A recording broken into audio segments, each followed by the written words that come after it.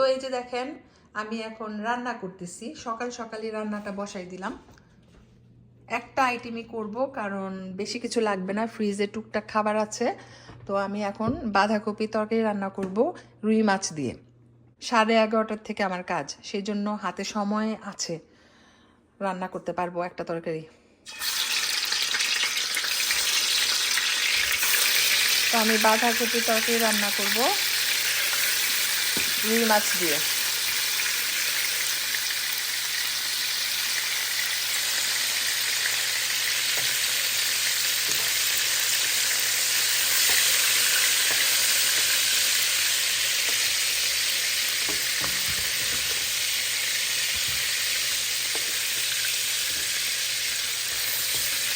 একটু হালকাভাবে ভেজে নিচ্ছি, তাহলে খেতে ভালো লাগবে।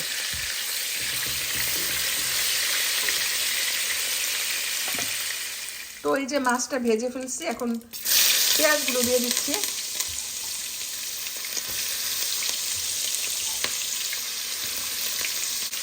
নেড়ে চেড়ে একটুখানি হালকা মশলা দিয়ে আমি এই বাঁধাকপির ভাজিটা করব রুই মাছ দিয়ে।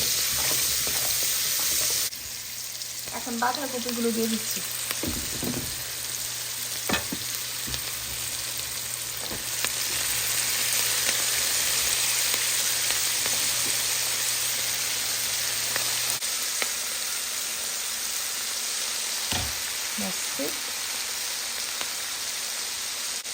হালকা মশলা দিব, মশলা বলতে হচ্ছে হলুদ আর মরিচ। হলুদ দিয়ে দিলাম আর সামান্য পরিমাণ মরিচ দিব, একটু ঝাল ঝাল হবে, খেতে ভালো লাগবে যেহেতু মাছ আছে এখানে। আর একটু জিরাও দিব, সরি নট জিরা, একটু ধনে দিব।